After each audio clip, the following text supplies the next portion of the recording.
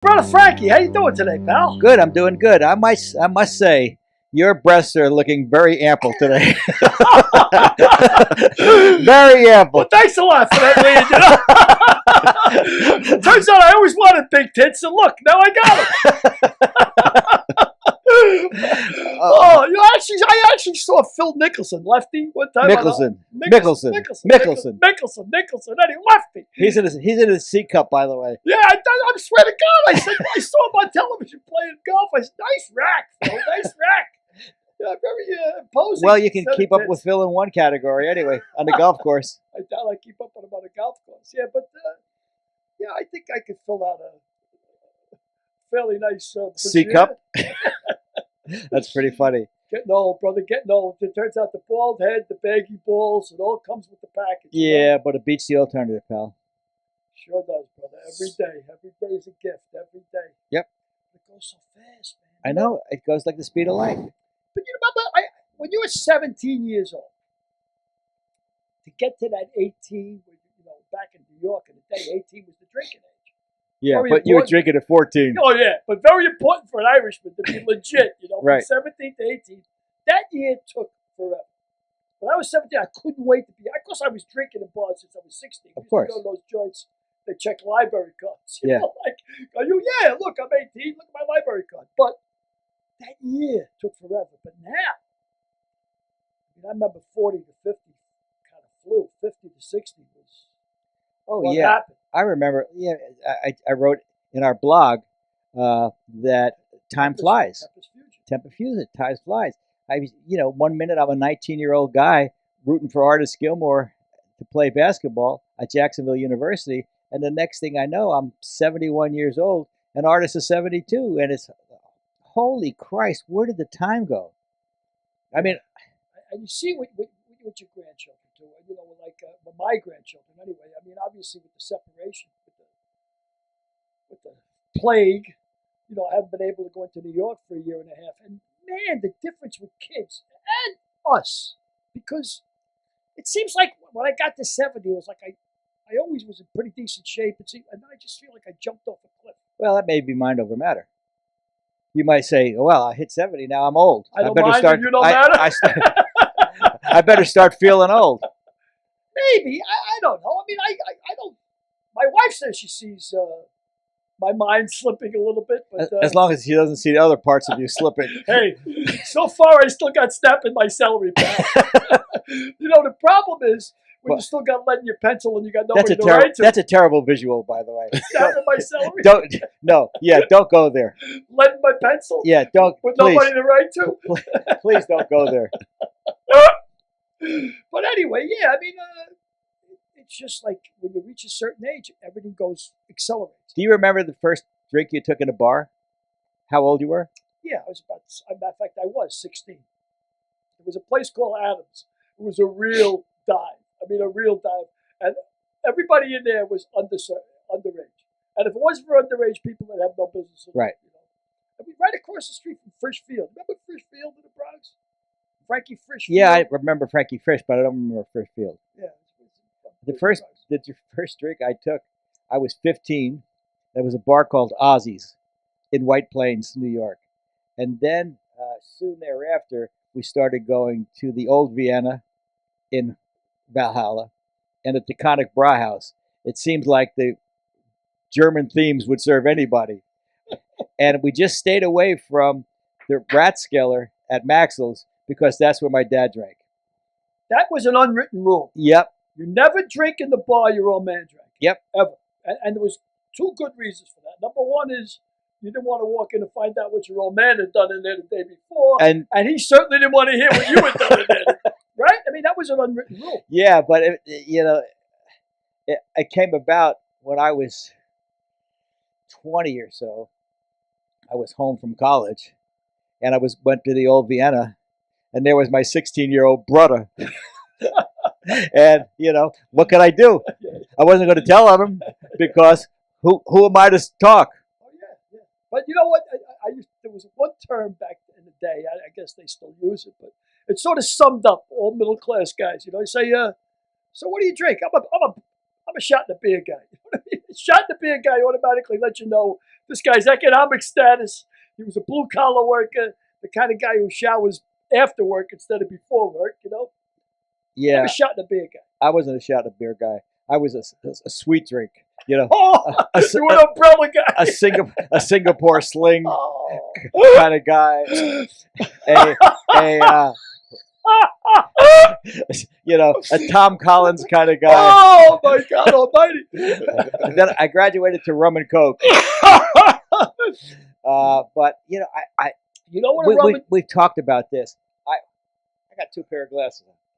I'm a freaking. You'll see twice as good. I'm a freaking mover. You'll see twice as good. You know what a rum and coke is called if you put a twist of lime in it?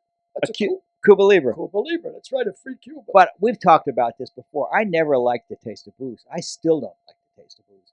I like the taste of NyQuil better than I like the taste of. No, I'm serious. NyQuil's sweet. It's got a little kick to it. Little hangover to it. We got a guy who's Derek. You know what we got here? We got a guy who's a NyQuil addict. He's like, I have a little shot of NyQuil He's got every a night. flask of NyQuil. Yeah.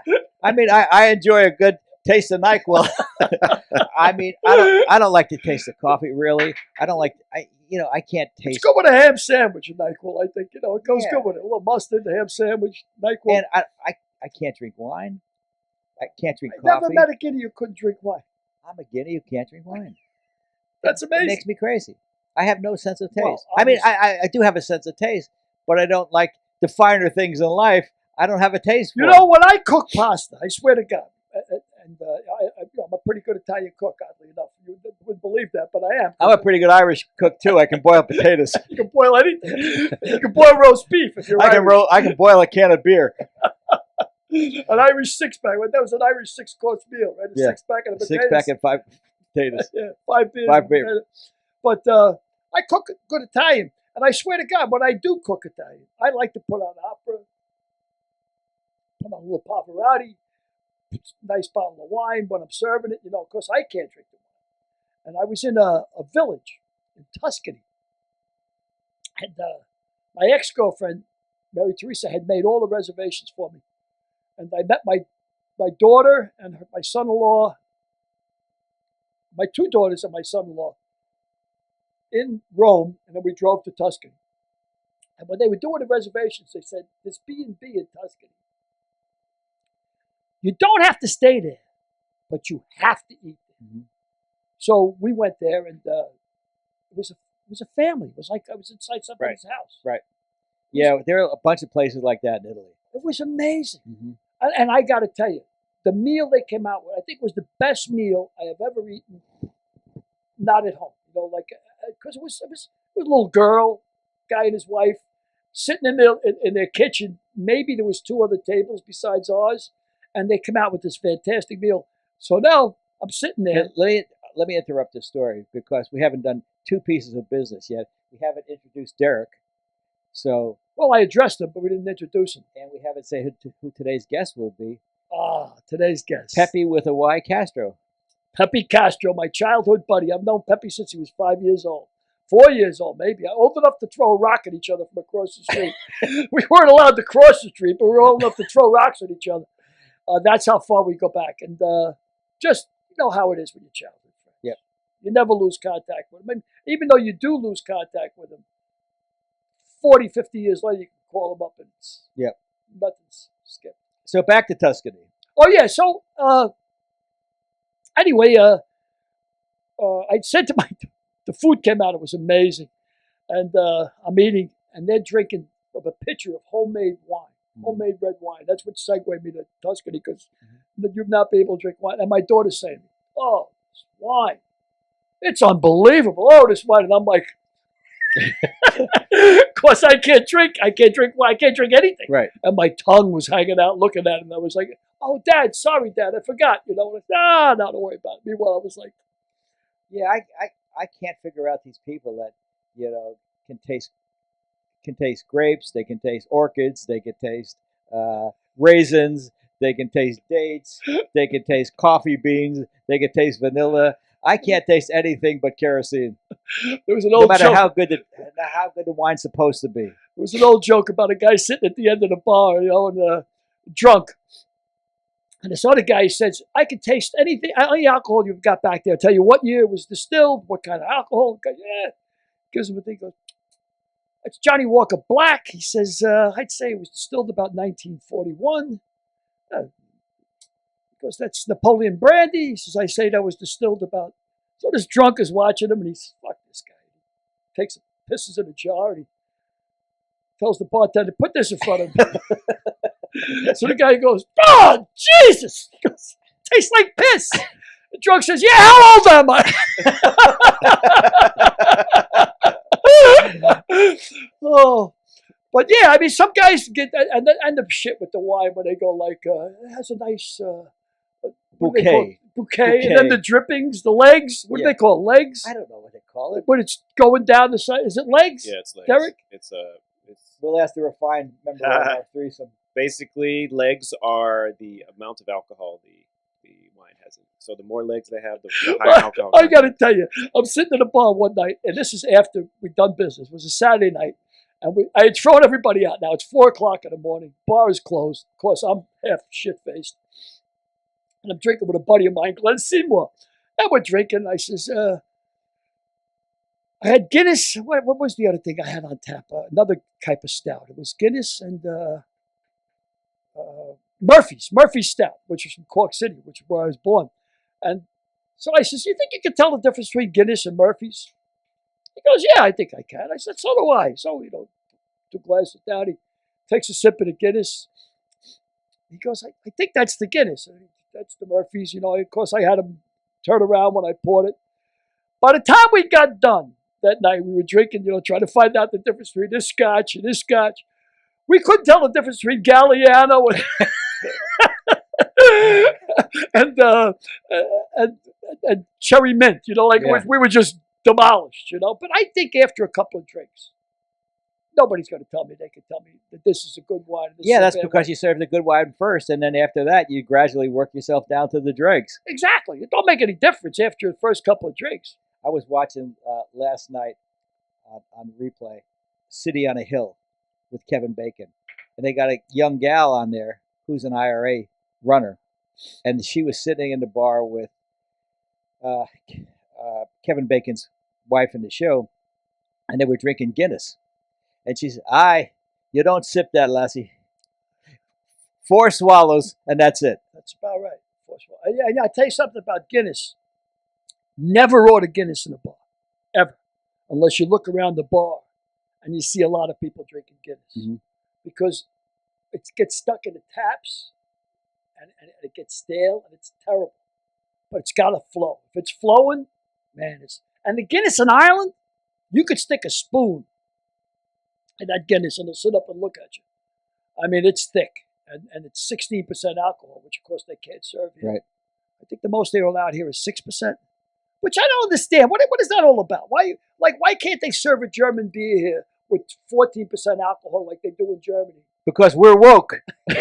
Bullshit. Because you can drink Fleischmann's, which is 92% whiskey, right? Well, you can't drink wine the way you drink it in Italy, because when wine comes into this country, they put sulfites into it, preservatives. So the wine you drink in Italy is different than the wine you drink here. You could have a really fine red wine in Italy and have the same red wine here, but they added sulfites to it, which is preservative, and sulfites give you headaches and hangovers. Wow, that's interesting. I never knew that. Now, if you import wine from Italy in a bottle, is there sulfites in it? Yes, sir. Oh, there is? Yes, sir. They have to put sulfites in it.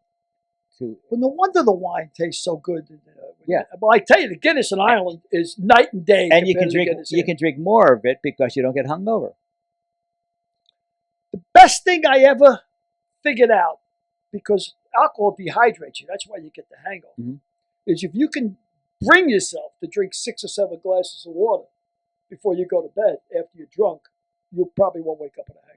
You might piss yourself in the middle of the night, which is a bit awkward. But well, when I was drinking those Singapore slings, I would I would chew the ice cubes just to give me some more water. Did you get an umbrella in it? No, take it back. I want an umbrella. No, they didn't get.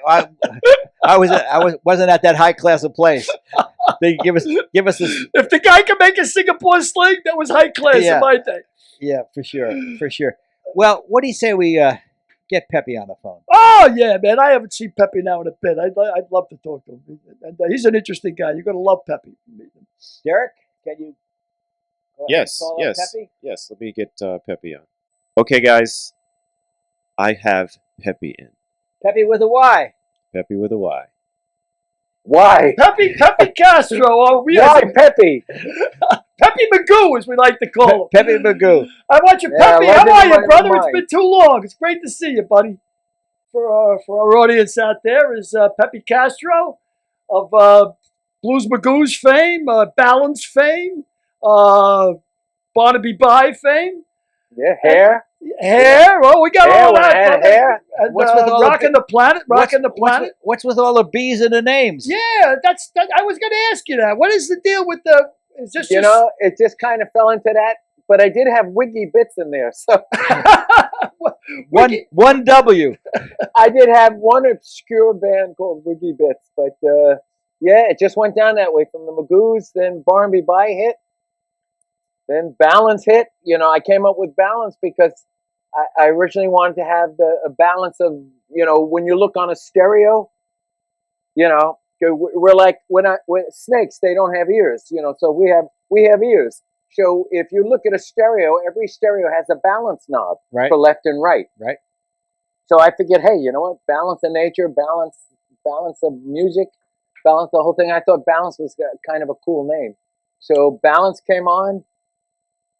And then I just stayed with the bees, but you know, I got so? rocking Were the you the planet guy up. that came up with the name Barnaby Bye and No, Balance? you know who came up with Barnaby Bye? It was my little sweetheart from way back when, who you knew, Marianne Christine Kelly. Mary Kelly, huh? Yeah, she wrote a poem called Barnaby Bye and the Band of Head. So let me ask you a question, Pep. I mean, the Blues Magoos was obviously the first launch for you. And then Balance came after Barnaby Bye. Barnaby Bye was second. Yeah. Well, what happened was I did the Magoos all those years. How long long were you in the Magoos? Magoos did 5 albums. The 3 with the original band, 2 with a rehash that I did. And then, so I think you got to figure 3 to 4 year span, maybe. And what was your first? What was your first hit? The first hit was We Ain't Got Nothing Yet.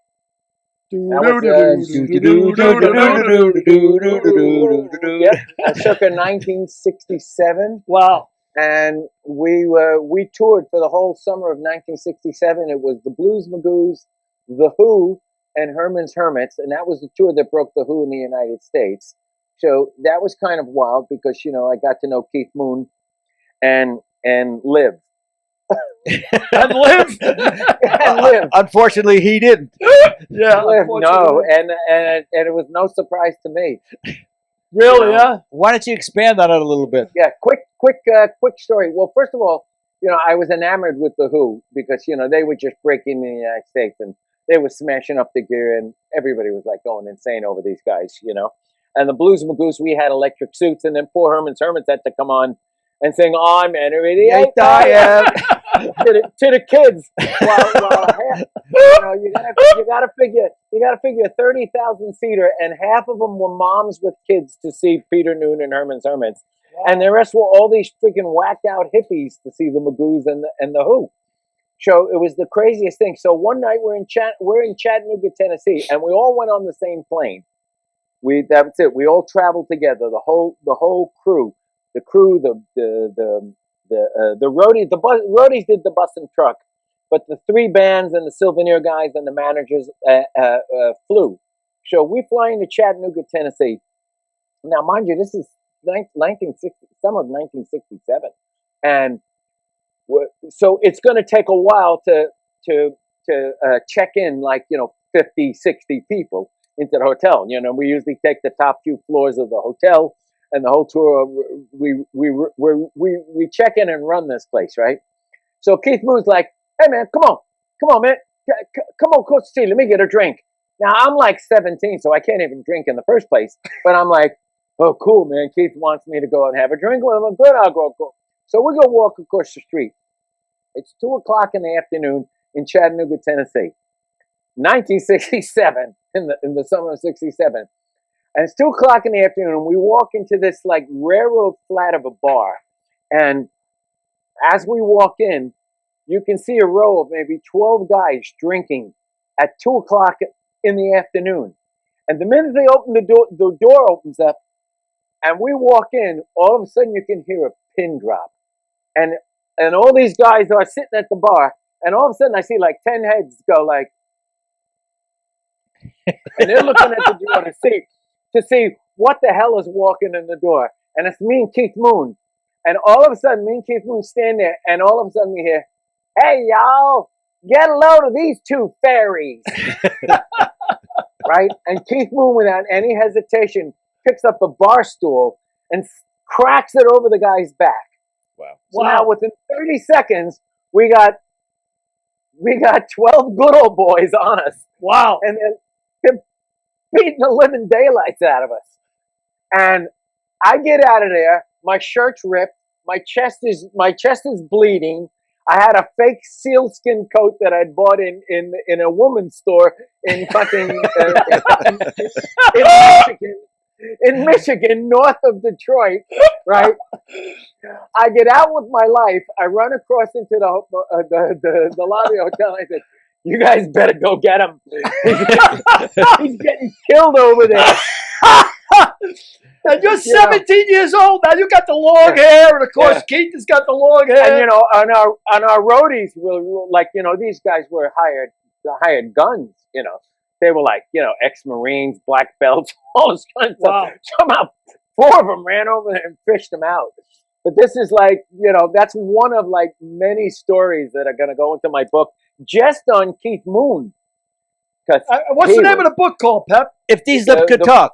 The book is going to be called The Prince of McDougal Street. The Prince of McDougal Street.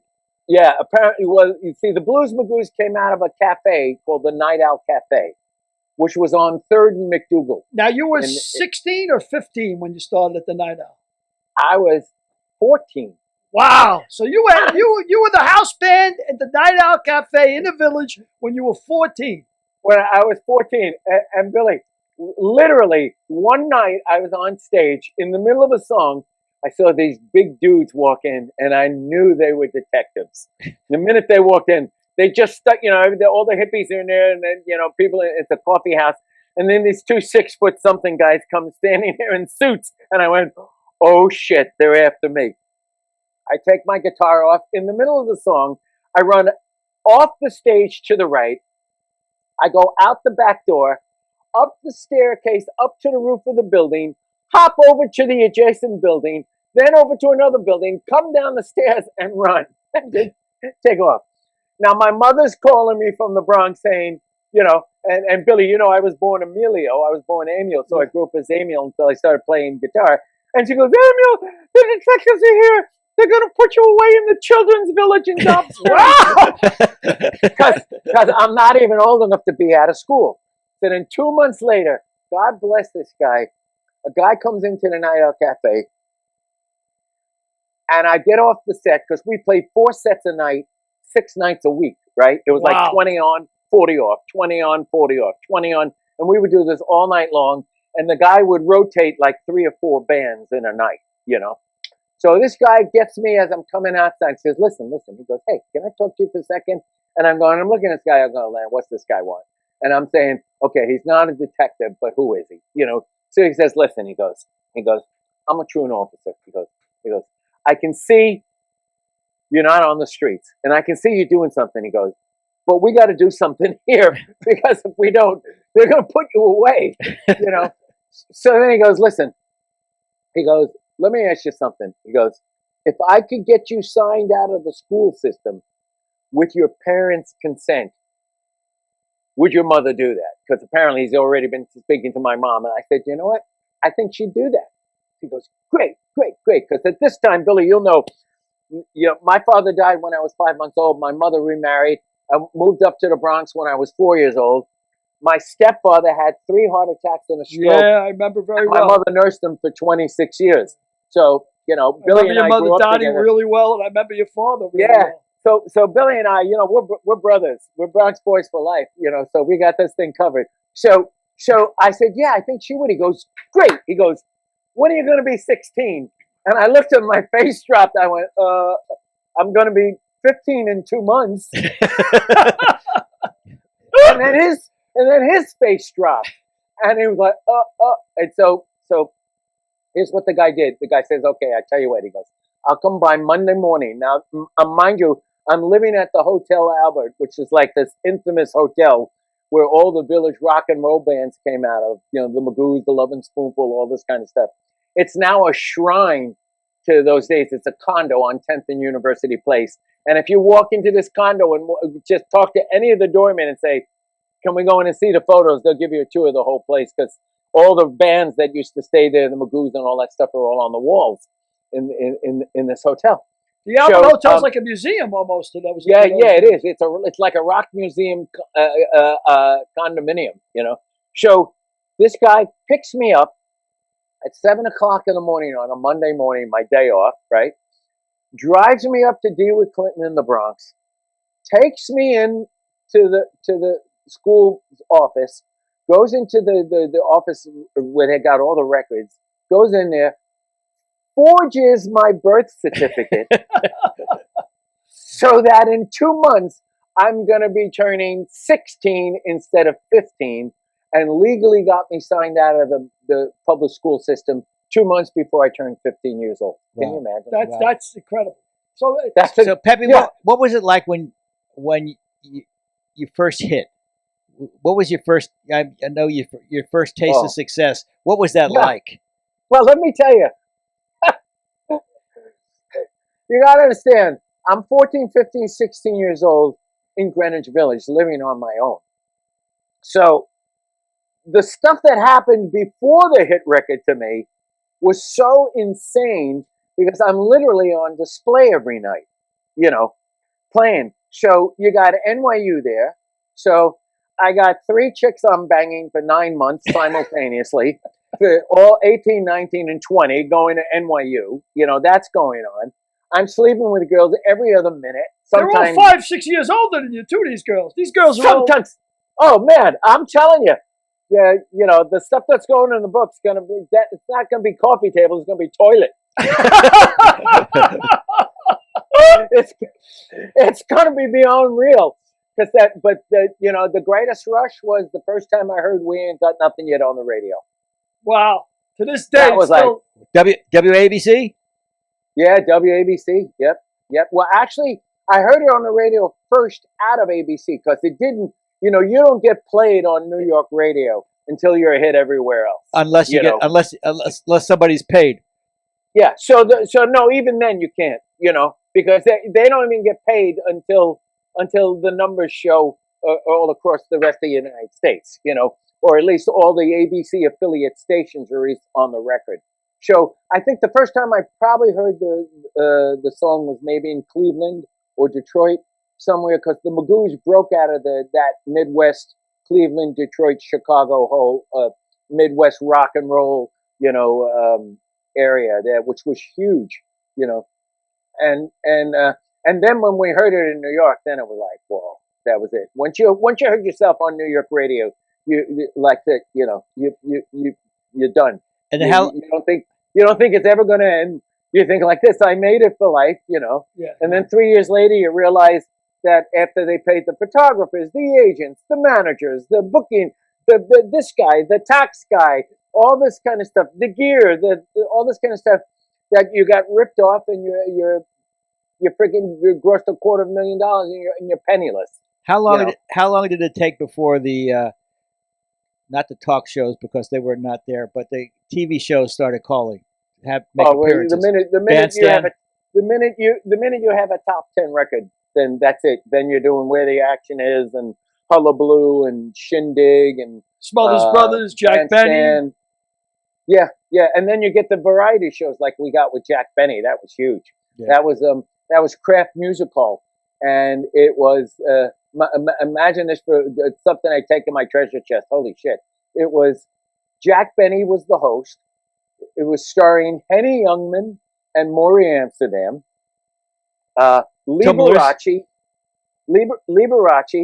and for the kids, the Blues Magoos. For the kids, I can hear Ed Sullivan saying, "And for the kids, Blues Magoos." You know, for me to be 17 years old and sitting in the green room and seeing and hearing Maury Amsterdam and Kenny Youngman standing there with violins while they're getting made up, like doing Surreal. like Shecky jokes, like they're just off of the top of their tongue, like they have an endless reservoir. You know, like, hey, you know, the time I did this, I took it to my mouth, bump. You know, it was like, you know, it was that kind of stuff, and my mouth was just completely. And your mother, of course, must have been amazed when you were on the Jack Benny show. I mean, Jack Benny was my an mother. icon. Listen, I used to fall asleep on my mother's breast when she would watch Jack Benny on a Saturday night, you know? And so to find myself there going, holy crap. I think the best moment for me and my mom was, you know, after the Magoos, somebody turned me on to a woman who was in the Broadway cast of Hair, her black chick named Dolores Hall. And she was looking for material. So her producer called me, and she cut 4 of my songs back then. She had a record deal on United Artists. And so when she cut all the songs, she said to me, she said, hey, you know, they're looking for somebody down at the theater to assume one of the lead roles, you know. She goes, I think you'd be great. I was like, really? Oh, great. So girl sets me up an audition. I'll never forget it. She lived in the building next to the Dakota on 72nd Street. She said, come on down, we'll go down, we'll take the train down. I set up an audition for you, right? So she sets this audition up for me. We take the train here. I get the Biltmore Theater was on 47th, 48th Street, you know, between Broadway and 8th. And 3 blocks away, we're walking. And from 3 blocks away, I start to see a line. Kids. And I'm just going, like a bunch of hippie kids. I'm looking, I'm going, wow, a lot of kids. Wow. You know, and then I'm going another block, I'm seeing more kids. And then I'm realizing these are kids to audition. Wow. For Hair. So finally I turned to Dolores and I go, Dolores, I said, are all these people auditioning? She said, yeah, but you don't have to be concerned with that. And I was like, wow. So she walks me in. They walked me right in, I guess, well, because I was coming off of the hit record. So, you know, I was a little rock star or something, you know. I went in there. They took me immediately. I sang 1 song and they offered me the job. Wow. Boom, right then and there. And so that was great. How many shows did you do? I did 8 shows a week for a year and a half. That was the best shape I ever saw you in. You were like ripped. You were like, oh man, yeah, no kidding, thanks. Yeah, no, you were ripped because you were on stage all the time. Yeah, I was popping speed to get through 8 shows a week. Yeah, well, we had Susan Egan on recently, and Susan is a Broadway star, and she said that how many steps did she do a week? Like 30,000 in a show or something. Yeah, and you're singing and dancing. Now at this time, I'm swinging from a rope on the side of the theater in a loincloth. Are you kidding me? Well, Tarzan, and had to get off, this, you know, get on the stage without killing myself. Now you were Burger in the show, right? Yeah, I had 2 roles. I had Burger and Wolf. Because the guys were smart. The guys who wrote the show had a run of the show contract. So that meant that they could go in, as long as they called backstage a half hour from any road show anywhere in the world, and Hair was like everywhere. You know, they had shows in Israel and France. I mean, it was playing everywhere. These guys could play anywhere in the world, and as long as they called before the half-hour curtain and said they were going in and do the show, they would go in and do the show. So when they would call in, so when Jerry Ragni would call in and say, hey, I'm coming in to do the show tonight, I'd get a call like, Peppy, Jerry Ragni's coming in. I'd be already dressed to go on as Burger. And then he'd go like, oh, Jerry's coming in to do the show tonight, Peppy, you're doing Wolf. So I'd be like, oh, okay. Then I have to change my clothes, put on a whole other outfit, put my mind in, okay, I'm not Burger tonight, I'm Wolf. Okay, now I got, you know. Wow. Yeah, now, crazy stuff. At that time, did you already have the afro, or did you grow Oh up yeah, in a hell pot? yeah, that's why I got the gig. they saw me walk in and I could carry a tune. I think they were like, "Hey, this guy's good. Well, let's go with him. We don't have to do anything here. He doesn't have to put a wig on or anything. He's just like, boom, go there." And then But Billy, the best moment for me and my mother was when my mother came to the show. Oh, wow. Yeah. When my mother came to that show, because every night before I went out and did the show, I would get a mark because the roll of burger had to go into the house. You literally had to strip when you came out. You had to take your stuff off and, "Hi, my name is George Burger," and I don't like the name George, but you can call a burger. You can call me banana burger, cheeseburger, Pittsburgher, and all the while you're taking off like a farmer's outfit, like a farmer's outfit, like an overall, right? Right. With clips. So you drop the overalls and you got a little buckskin brief, and that's it. You're standing there with a wireless mic, and you're supposed to find a bald-headed guy in the audience, scream at him. They hit him with a follow spot trooper from the back of the theater, and you go, "Mom!" And you're this hairy guy with no clothes on is hugging a bald-headed guy in the audience. So I would go over. To the stage manager every night and I go, "Who's in the house? Who's in the house?" And to go, "Well, Oleg Cassini is in, the third row on the aisle." So every night I'd get a mark of somebody that I was going to hit, when I went out there. But I swear to God, when my mother came to the show, I don't think she blinked once. It was like, fantastic. Yeah, but that's just... Well, that was the first show that had nudity in it, didn't it? Yeah, it was the first show that had nudity. Yeah. So it was like 24 people. Then they had sirens and strobes. I mean, you hardly even saw anything. But if Billy was in it, you wouldn't have seen anything. No, the real show was backstage. Really? Oh yeah. We had gays, junkies, speed freaks, alcoholics. Billy's all of those things. He would have fit in perfectly. You name it. Everybody was. And that's where you first met the Alesi brothers? Yeah, that's where I met Billy and Bobby Alesi. Yeah. Yeah, they were in the cast. Who were they? Those are the guys that formed Barnaby By with them. These are two singer-songwriter twins. They were, and they were in the cast called the Alesi brothers. They're rather well known in Europe, and they've had amazing careers with their songwriting. They've worked with McCartney, Quincy Jones, tons of people. Wow! And their songs have been cut like me by a lot of people and stuff. So I always build Barnaby By as the most famous, unfamous band because we all had great individual, bios and stuff like that.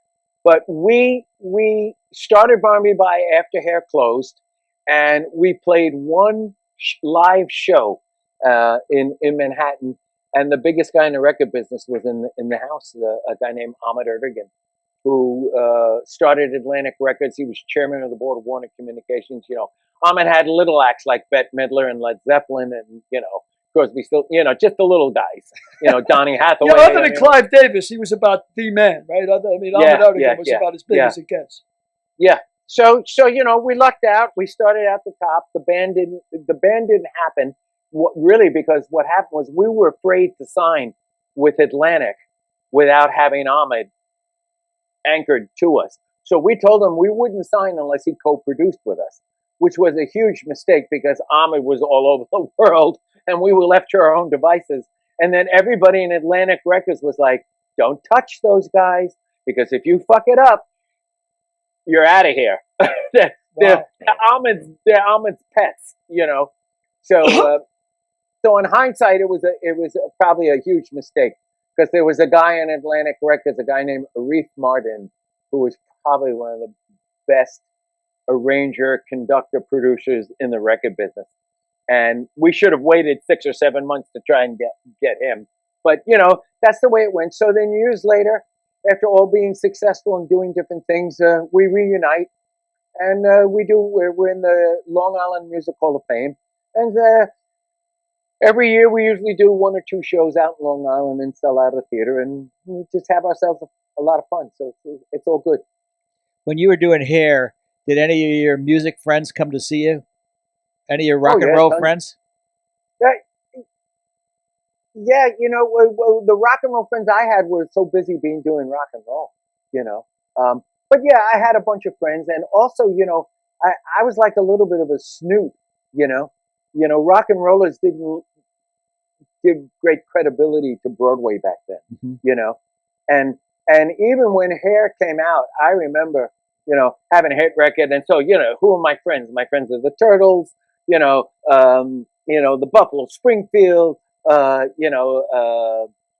the acts that came out of New York, the Left Bank, the Lovin' Spoonful, all the acts from the West Coast. There was a huge music scene, the Woodstockian love power thing. Yeah, the Laurel Canyon group. Yeah, exactly. So when I heard that there was now going to be a show called Hair on Broadway, I was like, oh, give me a break.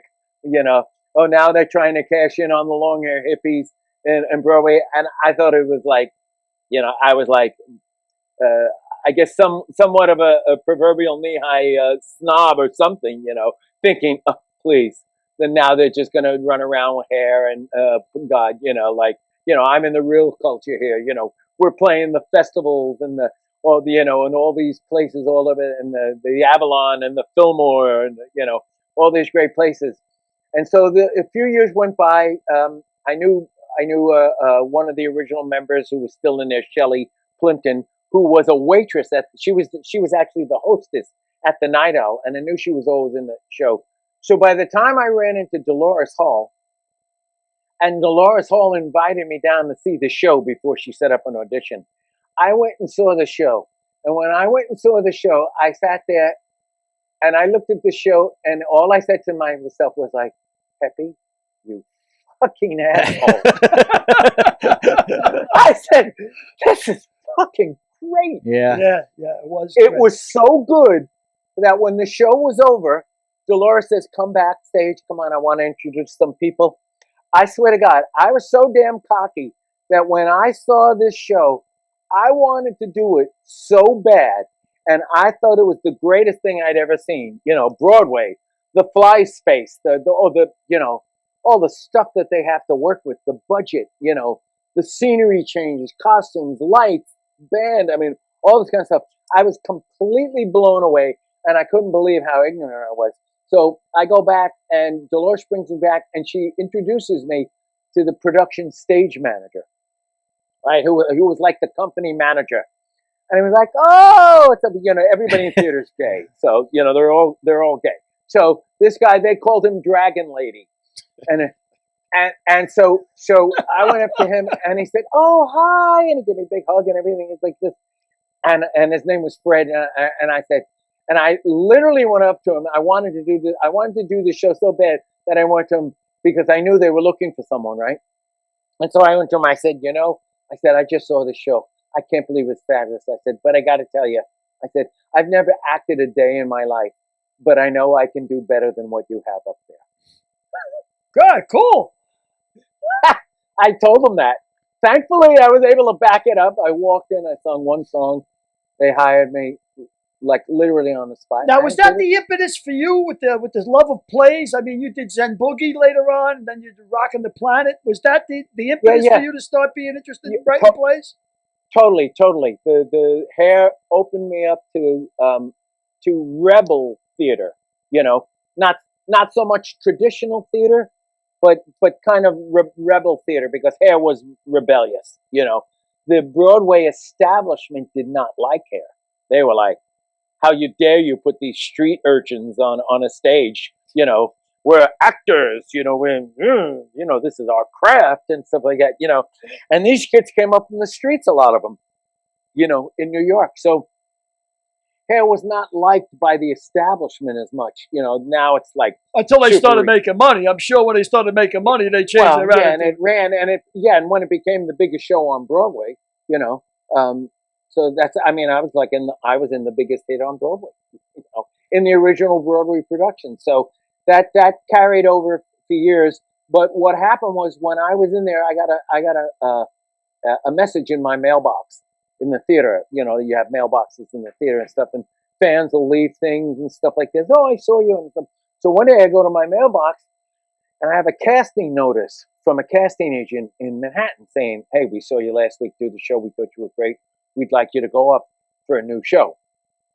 So I call him back. Like, great, love to get great. So I had no idea what it was, right?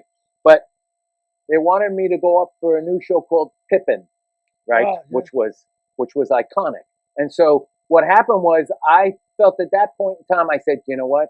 If I can get a role being the original in a brand new musical, it's worth it for me to stay in this acting shtick instead of music, you know? So I said, okay, let me go. So I went, did an audition. Great. Call back. They gave me a call back. Went back for a call back. Great. We love you. Call back. This went on like 4 or 5 times. Then Equity calls me and says, listen, they have to start paying you now by Equity rules. They just can't keep taking your time up constantly. So now I'm getting paid to go back to these callbacks, right?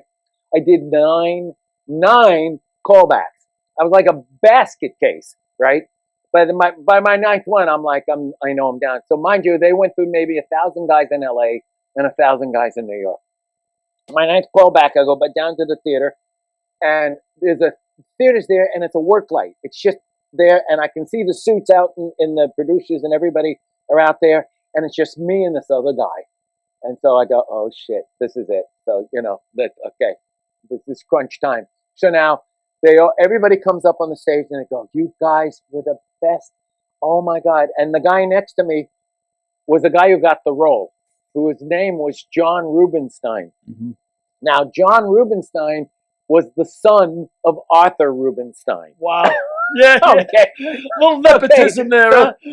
So there went my gig, right? So they just came up and they said, Peppy, wow, you guys, you and John, you were unbelievable. You beat everybody out. It took us months to get this thing, but it's just you guys, and we only have one role. So Peppy, we're going to go with John, but we'd like you to be the understudy. So, mind you, I'm hearing this news, and I'm tanking for like months of going to the cleaners every day, freaking out, nerves, going, what am I going to sing today? What am I, but times 9 callbacks. And I'm like so depressed that, that there was like close, but no guitar, and so my body was just like, oh, okay. So I was like, all right. But it said, but we'd like you to be the understudy.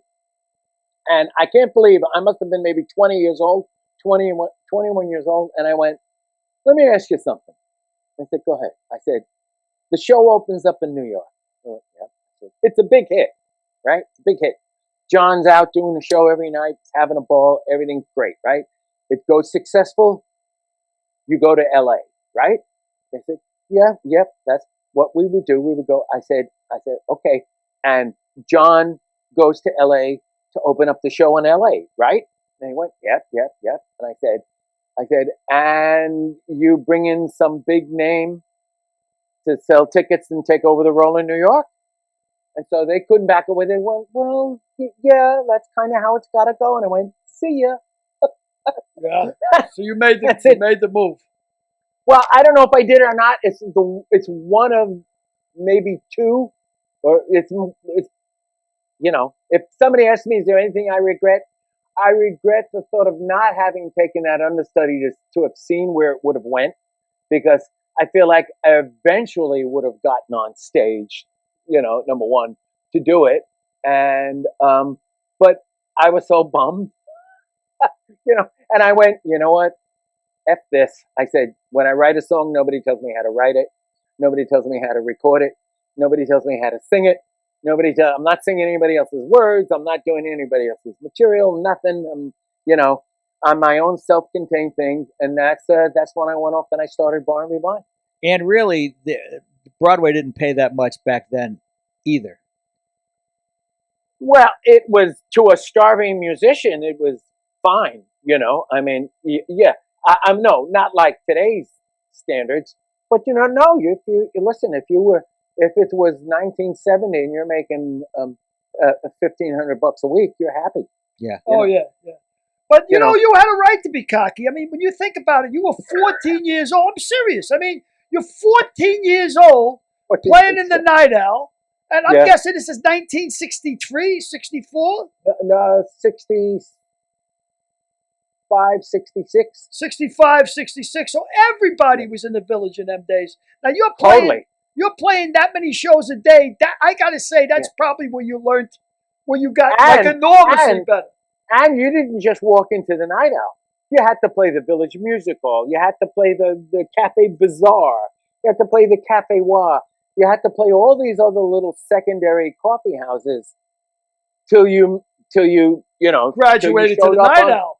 But how you showed up on the Night Owl's radar? But playing that many gigs a night, I mean, exponentially, the band must have got tremendously better. I mean, there's Well, Billy, I got a good one for you. Okay, so now Joe Mara. Well, yes, and this is the time when the mafia's running the Village. You know, the mafia was running the Village. Yeah. I mean, if the riots were going on in the city, you know, the mayor was always calling up the social clubs down in Little Italy saying, "You want to get the riots out of the way."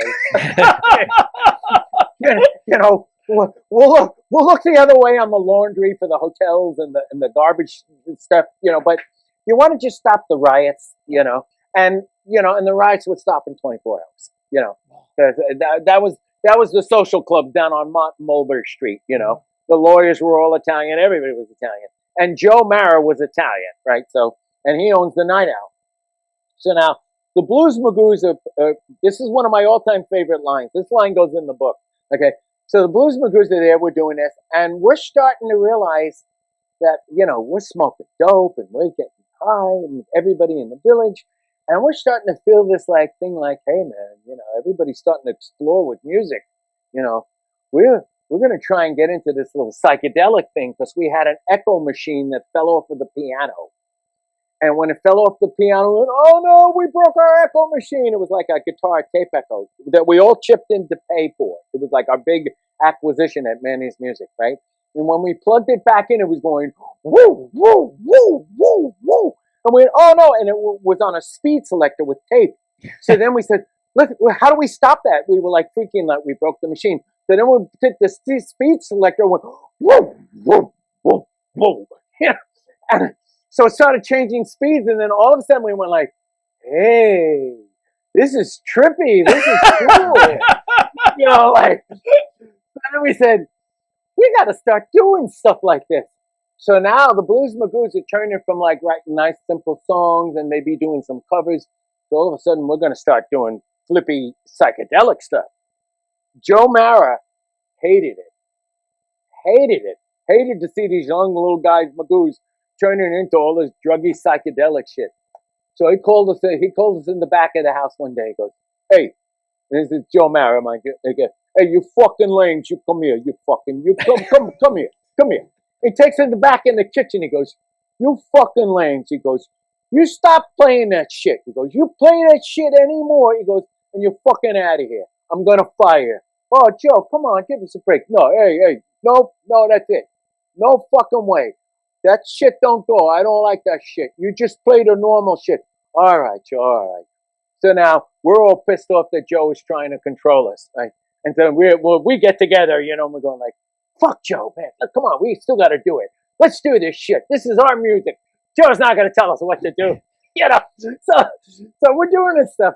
So one night, we get up there and we worked all this stuff because we were allowed to rehearse in the basement of the Albert Hotel. Right. So can you imagine the band that a hotel gives us the basement to rehearse in? So we would be rehearsing in the basement of the hotel. So now we got this new crazy psychedelic arrangement thing we want to do, right? So we get in on one of our sets and we start doing all this crazy shit. And all of a sudden we see Joe walk over to the lights and he starts taking the lights and he's fucking moving the lever in this. And we're going, whoa! Joe's into it. He's doing the fucking lights. Really, Joe is saying, get the fuck off the stage. So now we get off. Joe's like, come here. Walks us into the back. He goes, hey, didn't I tell you fucking lames, if you do this shit, you're going to be fucking fired? And we're going, oh, come on, Joe. He goes, you fucking disrespect me. He goes, you're fucking fired. So now we're going like, we're in shock. Like, oh shit, here goes our bread and butter. Now we're going to starve. We don't have a place to play, 6 nights a week. And we go, Joe, come on, man. Come on. How can you do this? How can you fuck us like this? Joe Mara turns around and goes, hey, if you can't fuck your friends, who can you fuck? That's a great line. Right? Yep. I never forgot it. Joe Mara, the Night Owl Cafe. If you can't fuck your friends. Now, I mean, the guys that used to come into the Night Owl, I know you became really good friends with Richie Havens and oh yeah, Hendrix came in and jammed with us on Sunday. Hendrix afternoon. came up and jammed with you on the stage, and you were like 16, 17 years old. Yeah, on a Sunday afternoon. And then all the acts that came into town, that was the place to go. When the acts came into town and stayed in the Midtown hotels, and they were doing the Ed Sullivan show and stuff like that. Now, what acts are we talking, Pep? Oh, all of them. The Animals, Dave Clark 5, Stones, everybody. Everybody came into the city. The only place they wanted to go was to see the original acts of New York. And the only place you could see that was in the Village, was in the West Village, in that whole little area. The Cafe A Go-Go, the Gaslight, So really what I saw the Village go from folk to electric. Wow. Right? Because when I started out, the coffee houses had guys like Dave Van Ronk, Phil Oakes, Tim Hardin, Eric Anderson. Eric Anderson was kicking around then. Yeah, Dylan, everybody. Dylan was still there then. Before Dylan was Bob Zimmerman walking around with his guitar. Havens was the same thing. But then little by little, these electric bands, because of the British invasion, started popping up, like the Love and Spoonful, and there was a handful of bands, and the Magoos were in that first wave. So, we were one of the first few acts. I mean, you can name them on your hands, the ones that came out. You're talking the Rascals, Felix. Love and Spoonful, the Magoos, the Vanilla Fudge. There were only so many New York bands that made it in that era, that were out of New York. Whereas in LA, you had bands like The Doors, The Love, The Seeds, Turtles. You had all these other acts. And then as time went on, you started getting into Frank Zappa and things like that, But Mama Cass from the Mamas and the Papas, she was a waitress at the Night Owl. Was that right? She was a waitress at the Night Owl. Yeah, Wow. yeah. Before she was in the Mamas and the Papas, and then the Monkees were put together as an act. They were literally like formed to be the Monkees in this whole idea. So yeah, I know Mickey pretty well. Mickey Dolenz. He was hanging around the stage wanting to direct. He became a pretty successful director later on, but I was doing Lopez show and a couple other shows then, and Mickey wanted to direct, and he became a pretty fine director as well. I still see him occasionally. Oh, listen, the guy had talent in his Circus Boys when he was a kid. Circus Boys, yep. Yeah. He was the original star of Circus Boys. Yeah, but the funny thing is, you'll always find that actors want to be rock stars, or most people want to. I think everybody wants to be a rock star. What are you kidding? Everybody would like to have the life you live. I'm saying, I keep waiting for that to die, but it still has its mystique. Like, when I was going out with Diane, Billy, she was a flight attendant. Back then, flight attendants were revered. Yeah. Like, you get to see the world. It's like this glamorous life, and then all of a sudden that faded away, But I remember I had a friend, Brandon DeWilde.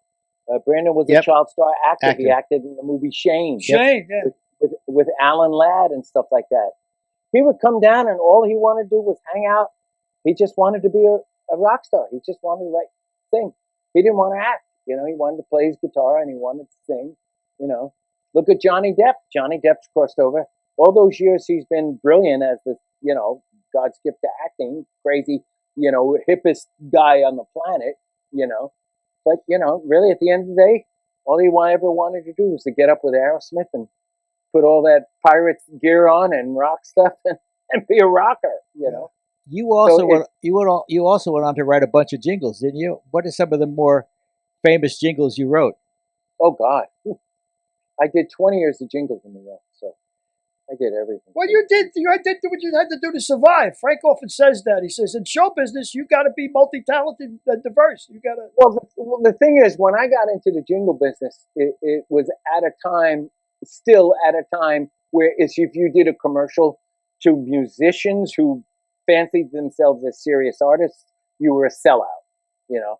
Now, mind you, by that time, I'd already been completely ripped off by the worst business on earth, the record business, which have the biggest whoas in the world. So to me, there was nothing more of a sellout than signing to a record company, you know. So I wasn't buying it and I wasn't having it, you know. And not only that, you didn't get into the jingle business. You don't even ask into the jingle business. You either have so much damn talent that, you know, it just pops up in front of you, but you get asked in. And I was lucky enough to get asked in. I never knocked on a door for it. It came to me, and, you know, when it came to me, I was like, "You in the Magoos? Would you write for me? I love you, Magoos. I love you." You know, like boom, boom, boom. And I started thinking about it and everything like that. And actually, when I got into the business, I probably got calls, 2 or 3 calls a week from musician friends asking me, and singers, can I get them in? You know, and then I would say, well, it's like this: if you have to ask, you're out. You know, because I didn't knock on a door. You know, some guy heard me. I went down to a studio. A buddy of mine who wrote "Reach Out and Touch Someone." You know, reach out and touch was a huge. What was it? Was it "Reach Out and Touch Someone"? It was for the phone company, wasn't it?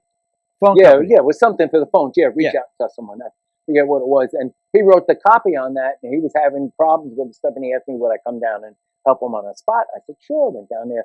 And the guys that owned the production company were like, oh, would you work with us? I was like, well, okay, let me think about it, you know. And then I took the gig. And so over 20 years, man, I've done everything. Was that more lucrative, Peppy, than economically than Broadway? Well, for me, it was because it was steady. You know, it wasn't as much money as you could make in a single killing. You know, like having a hit record, but steady. But it was steady, and if you got enough things on the air, you were earning a good, you know, living. Plus, if you wrote a hit and you were part of the production team of a hit, back in those days, all the arrangements and the whole production of that particular spot stayed with the company that won it. So, for instance, you know, I did the quicker, thicker, picker upper. I did that for like 15 years. You know, that thing ran for 15 years. You know, chocolate is scrunches when it crunches. That's why I love Nestle Crunch. That must have done 10 years. You know, wow. Juicy Fruit, Kodak. I even had silly things like, you remember Quaker Oats? They had something like, it's the right thing to do, you know, with Wilford Brimley. You remember who Wilford Brimley was? Sure. He goes, you know, and they put this fussy old cuss and they go, you know, I'm Wilford Brimley from Quaker Oats. You know, it's the right thing to do, you know. And at the end you'd hear, it's the right thing to do. Ta-da! So they put that on that went on every tag of every Quaker Oats spot that they did. Yep. So, you know, royalties I get paid. I got a residual for singing that thing, yep. You know, and, you know, even as a group, you know, my buddy in Balance, who was part of the writing team with us, we worked for probably 3 weeks just to get 3 notes, but every music house in the business was working on it to get 3 notes. Thankfully, Dougie, my partner in Balance, won it for us, and so this thing ran forever and ever and ever. Every Saturday and Sunday, I would hear this thing, and I would go ka-ching every time I heard it. And here's what I heard: by Menon. Yep. Wow. Yep. Yeah, that's it. By Menon. Yeah. Yep. That was it. 3 notes. By Menon. That was it. Yep. That was it. And Manilow started out in commercials too, didn't he?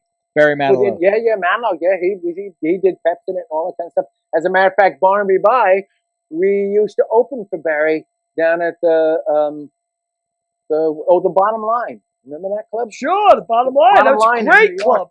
Didn't Yeah, hold that a was a lot of great people, club, but yeah. it was a great club. Yeah, we opened up for Barry when he was playing for Bette Midler. Down Yep. there. Yep. Yeah, Barry started out in Of Jingles. all the Listen, groups you I- played with, Pep, I got to ask you, of all the groups you played with, was it the most fun with the Blues Magoos because they were so big, or did you have more fun later on when you became more mature? Yeah, the Magoos are the most memorable, and most rewarding, definitely, because there's no way you sit, you're talking to Jack Benny, and the Smothers Brothers, and and I'm standing next to Liberace and all those old guys that I grew up with. Is he really gay, Pep? Is he? Because I can't believe that Lee is gay. I'm still having a problem with that. Yeah, no, they screwed us actually on that thing because we had electric suits by then. And Oh, we the wanted electric to- suit. We have a we picture, I think, wanted of the to- electric suit. I think. And we wanted to wear the electric suits on the Kraft Music Hall, right? But because they had Liberace there, they fitted him in an electric suit outfit. They put the little tinsel lights on him and stuff like that. And so they did it. They took our idea from us. They told us, no, we'd rather you not do that. And then they put Liberace on there with electric clothing and the candelabra, and we were like, all right, But, the electric suits gave you a lot of problems, though, right? Did they give you shocks and shit? I remember when you had that thing; it was remarkable. He touched the little button. I looked like what's his face, Mad Dogs in English, and Joe Cocker. Joe Cocker. Joe Cocker used to sing like like that, and I'd be singing like that because these suits had 9 and 12 volt battery packs, right? And you could turn them on, and there was a speed selector, so the lights on the suits had a speed. So and my pickup in my guitar would pick up the signal. Oh yeah, there's Zen Boogie, right? So they would pick up the signal. So as I sweat, there were little metal clasps that kept these things closed, and I would start to get shocks in my neck from when my body would get wet through the battery packs and stuff like that. So I'd be like, I'd be playing like this, and then finally after a few nights of that, I said, listen, forget the 12 volt battery packs. I prefer to have 9 volt shocks instead of 12 volt shocks. I don't know if you remember, but I swear to God, when you were 14 and you were dropping out of Clinton and you said you're going down the village to take your shot, and I did everything to talk you out of it, everything. I said, no, man, you got to at least finish high school. At least finish high school. For Christ's sake, Peppy, don't drop out. And you went down the village. About a year later, you pulled up in a big white limousine. You had the electric suit. Your hair looked like you combed it with a firecracker. How funny. And where were you? Me, I think I remember that. Yeah, and then 2 years later, I was on my way to Vietnam. With the prescience, Oh, my Frank, that God. prescience, Yeah. the American Nostradamus strikes again. Meanwhile, I get my induction, like you. Did you sign up or you were inducted? I enlisted. My old man was nuts. I wanted to get the hell out of the house. So he enlists. Now, mind you, I'm this hippie in the village, and I'm getting my token, my one-way token to Whitehall Street. Uh-huh. And I'm going, oh, fuck, I got to do this. Oh, my God. This is like, I can't kill people. This is like, I'm a peace and love and flowers and psychedelic music and smoking dope. No, don't do this to me, God, So I go down there. And I remember I always heard if you make it to the nurse, they don't want you, right? So then I'll never forget. I went there and I got to the nurse, and so I'm at the nurse, and they're saying, would you like some lunch? This is after everything, the physical and everything. And she goes, would you like some lunch? I was like, no, thanks. I was just like, oh, I was scared out of my wits. She goes, it's on the Army. It's okay. You can have some lunch. I said, no, okay. And I said, so what am I? And I'll never forget this black chick. She looks at him. She goes, honey, even if it's World War III, you ain't going to be hearing from the Army. And you were like, yippee! Yippee! I went out of that place. Oh!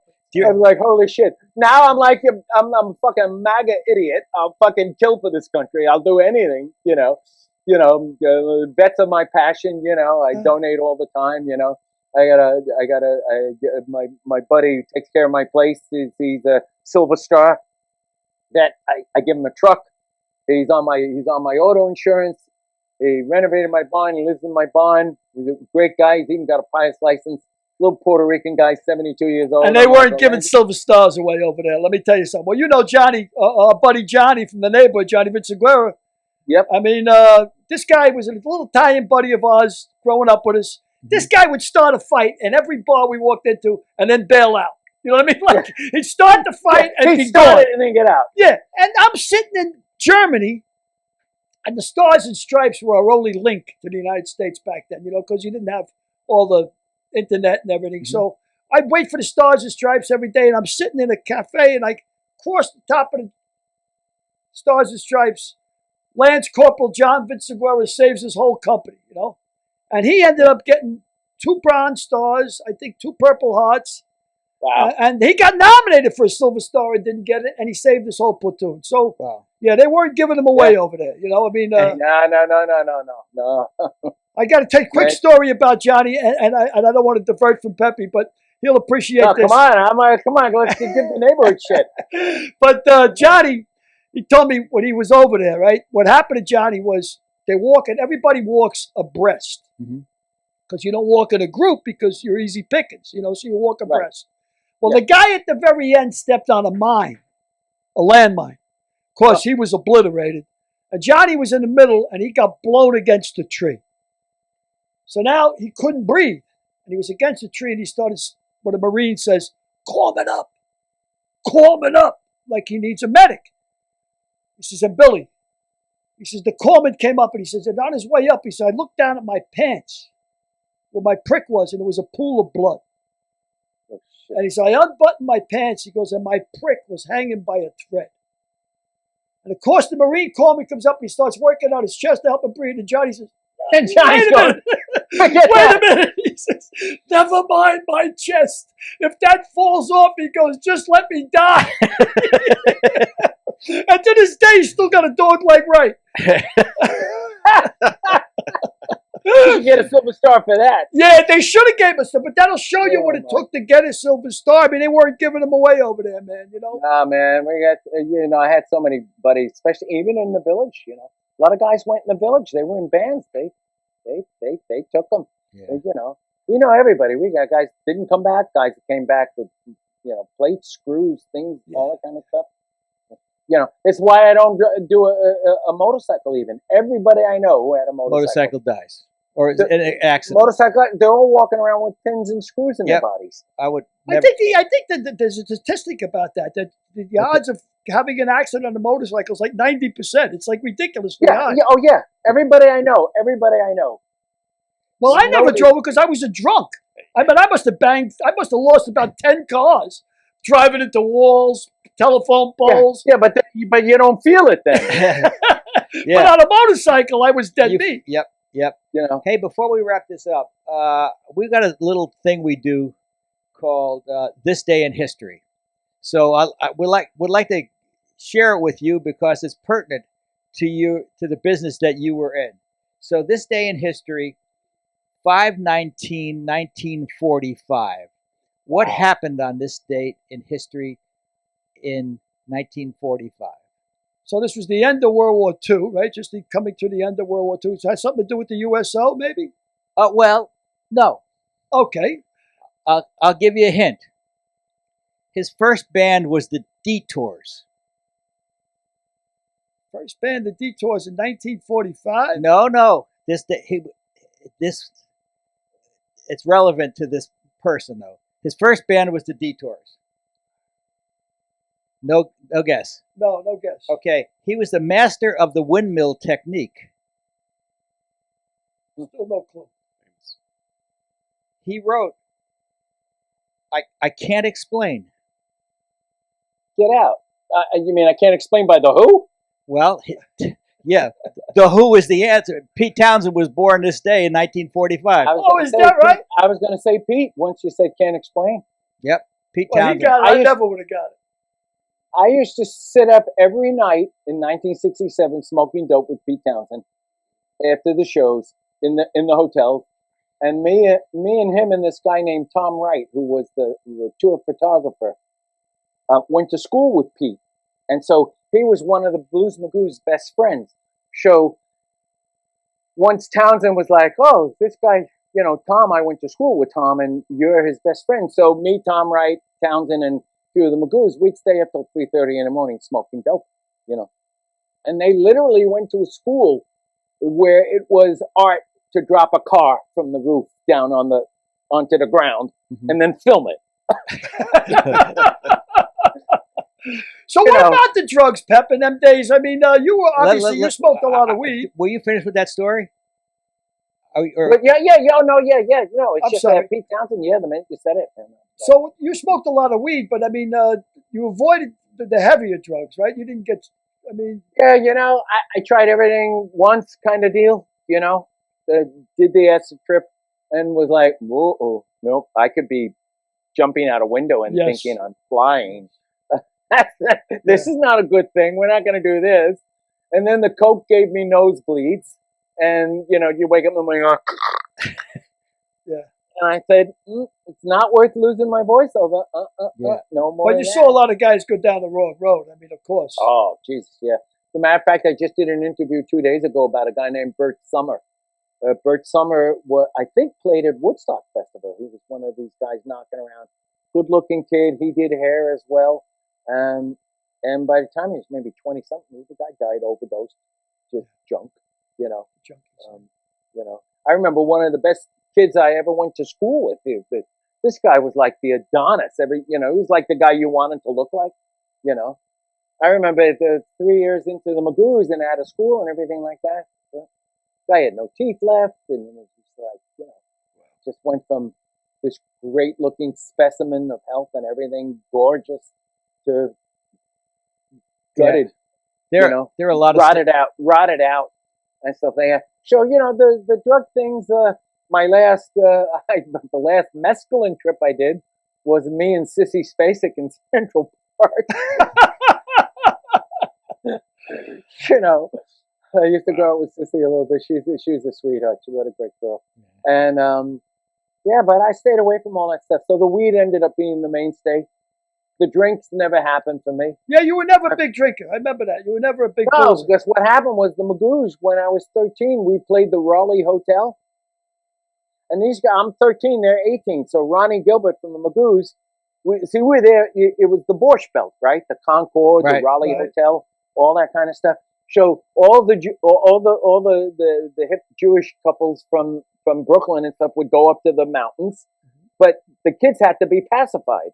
So they hired the trench coats, which was the pre-Magoos, you know. Right. That was me and Ronnie and the original Magoo team. And so we went up there, and I'm probably all of 13 years old and just learning how to play. And Ronnie Gilbert was turning 18, and he blew out maybe a 10-ounce glass of vodka, and he said, "You're not a man unless you drink this for my birthday." So I chug-a-lugged the whole thing, drank the whole thing, got chemical poisoning, went unconscious, almost almost died, killed myself. And after that event, I remember waking up going, maybe you don't want to drink, you know.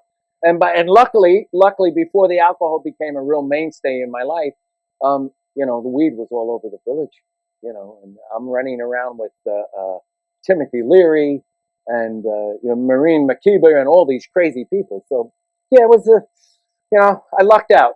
So Pep, let me ask you before you were just a great guest, Peppy. I'd love having you on. It's been so long since I've seen you. You're my brother for life, man. Love you for life is right. You are my true brother. What are you, besides the book, what's coming on with you? What's going on with you? Let me know what's going on.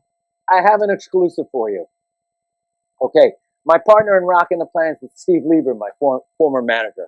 Steve's an icon. If any of your audience wants to know who Steve Lieber is, just go Steve Lieber, entertainment icon. Google it, and you'll see all the platinum artists, all the things he's done, all the great stuff. And also, you have a website, right? PeppyCastro.com. Yeah, I don't even use it anymore. You're better off just finding me on Peppy Castro Official on Facebook. You know. It's still, my website's still up, but I don't even use it. But you can find me on Facebook. That's probably the easiest thing. So anyway, so Steve goes into the Andy Warhol Foundation and probably forked over $1 million for the exclusive rights to option Warhol, Andy Warhol, for Broadway, live. Wow. So he has the exclusive rights to it. There's a gentleman, a knighted Sir, by the name of Sir Trevor Nunn. Sir Trevor Nunn directed Cats. He directed Les Mis, Aida. He's an icon. He ran the Royal Shakespearean Theatre for 20 years in the UK and stuff like that. He is directing, and he is also the lyricist. Steve opened it up to me after he had a problem with a very well-known person who put in 6 songs in the show. And I went at it and brought my partner, Doug Katsarison from Balance. And so I have 6 songs in the new musical called Warhol, which will open up in London 2022 around April. Great. It's casted. Sir Trevor Nunn is the director. He's also the lyricist. I'm one of the composers. The theater is booked. So Fantastic. That's Fantastic. That's terrific. So when you can just see the power of what it'll look like when you see Warhol on the marquee. That's awesome. I mean, Andy Warhol's Coke he sold for $50 million in Sotheby's, just as Coke. Yeah. So I wrote a song called "A Coke is a Coke is a Coke," because that was Andy's phrase. Yeah. Andy was like, the whole deal with Warhol was that he made commercialism art. Yep. Like a Campbell soup can. Soup can. And things like this. He made all this stuff art. So he had a phrase where he said, "A Coke is a Coke is a Coke." If you're the Queen of England or the bum on the street, everybody loves a Coke. Everybody drinks a Coke. A Coke is a Coke is a Coke. So Trevor This is Nunn, exciting stuff, Peppy. I'm so glad to hear love this. it. Just yeah. So that's a biggie. That's a biggie. I'll probably have another 15 minutes. Yeah, For that one. I guess. Yeah, Andy. I guess that Peppy has been one of those guys that's just found his way to a career. A lot of guys burned out, but Peppy Bless. he went from Blues Magoos to Broadway to jingle writer to Broadway composer. I give you the greatest amount of credit in the world. Oh, thank you, Mike. No, I've got gold for Cher, for Kiss, Diana Ross. So it's been along the way. And when Billy said, don't quit high school, don't go, Well, Not listening to me is always the best advice, Peppy. Go the other way for sure. Derek, I have the distinct whatever it is of the distinction of telling people that when they say, "Oh, you didn't finish high school," I said, "No, I didn't go to high school." You're the best, Peppy. Derek wants to ask you a question. Well, I got a question. This is a big ask, but since you're a jingle writer, I'm going to put you on the spot. So the name of the show is A Mick, a Mook, and a Mike. Okay? A prick, a gook, and a fart. So... Okay, a Mick, a Mook, and a Mike. Right. So a Mick for the Irish fellow, a Mook for the Italian fellow, and obviously the Mike for the podcast. So... You want me to slate something? Yeah. Could you do us a little jingle? A little something. Oh, jingle? I mean, there's a guitar in the background. Oh, hold on. Let me see if I... Really? Who knows if this thing's even tuned? Let's see. Yeah, I do have a guitar in the background. Tools of the trade, right? And ears. Can you hear that? Yes.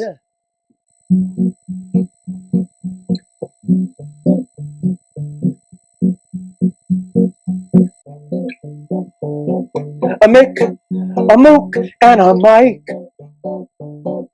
Who'd ever thought they'd be right for each other? A Mick and a Mook and a Mike.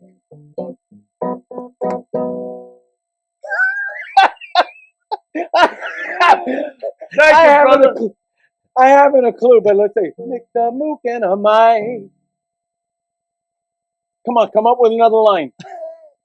They're Don't know two which guys one I that you like. They'll talk your head off into the night. That's great. Awesome. That's great Awesome. stuff, Peppy. Thanks so much, Anyway, Peppy. You've been a terrific You guest. get the idea. Yes, Yeah. you've That's been a fantastic. terrific You've guest. been terrific, man, and great hopes for you with We're due Warhol, for man. Ang. It's going to be a whole I run. call. My nickname for Mr. O'Connor here now is Hemingway, Yeah. because who becomes an X-rated comic at the age he did? I mean, come on, give me a break. Yeah. And goes to college. And one more time, the name of the book that's coming out. Give us the name of the book. One more time. It's gonna be called The Prince of McDougal Street.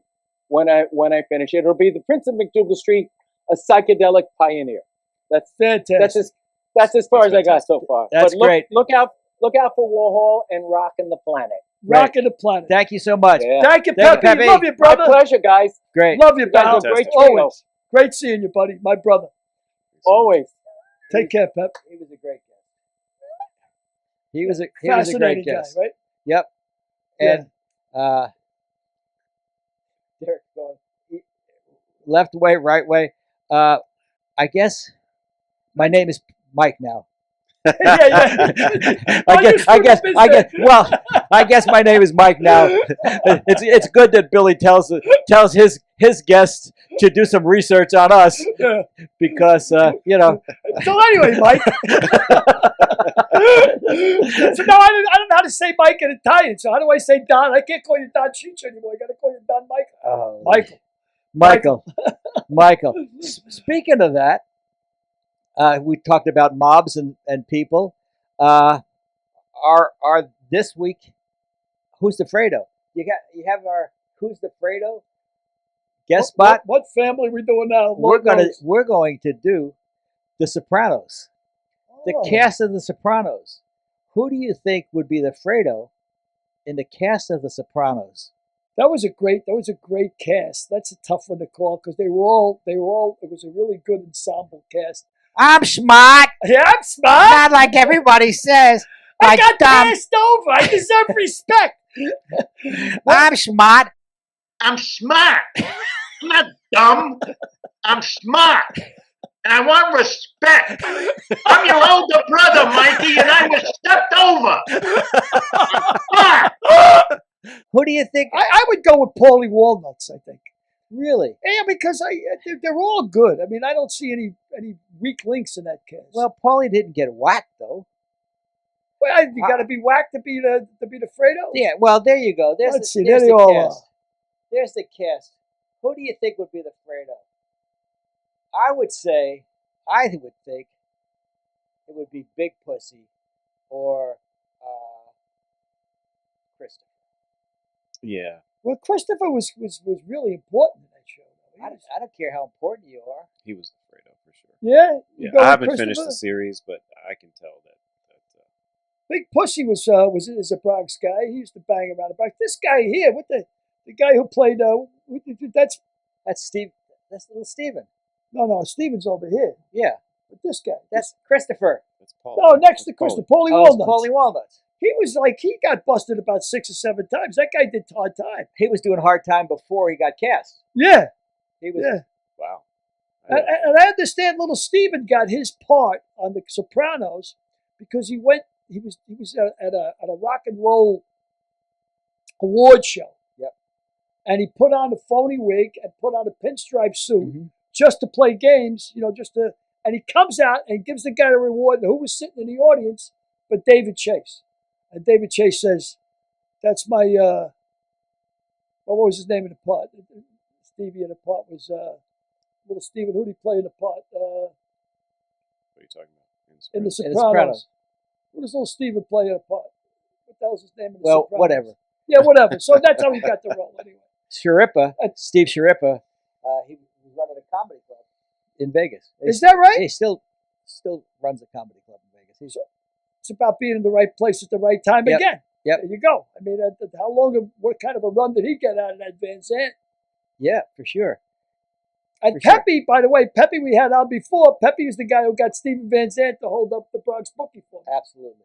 So before we go, I want to mention again, Lucy Lang is running for Manhattan District Attorney. her election is coming up soon in June, first week of June.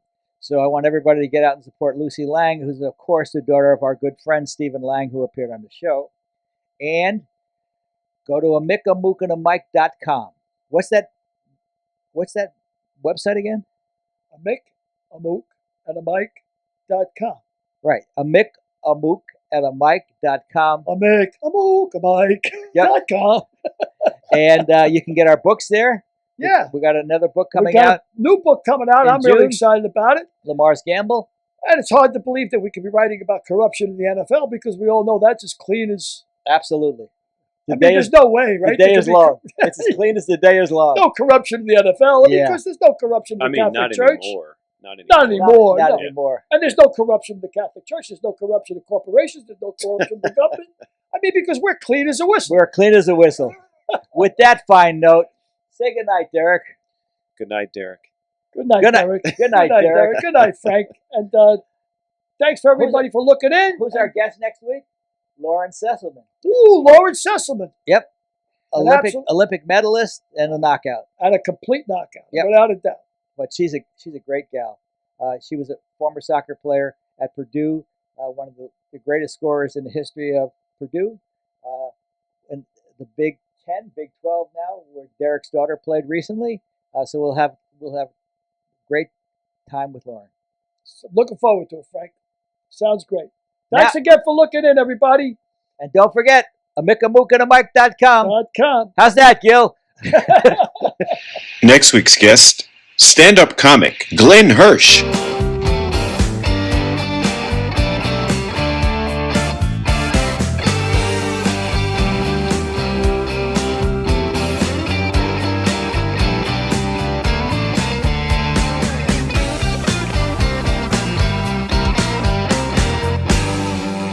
We'll see you next week.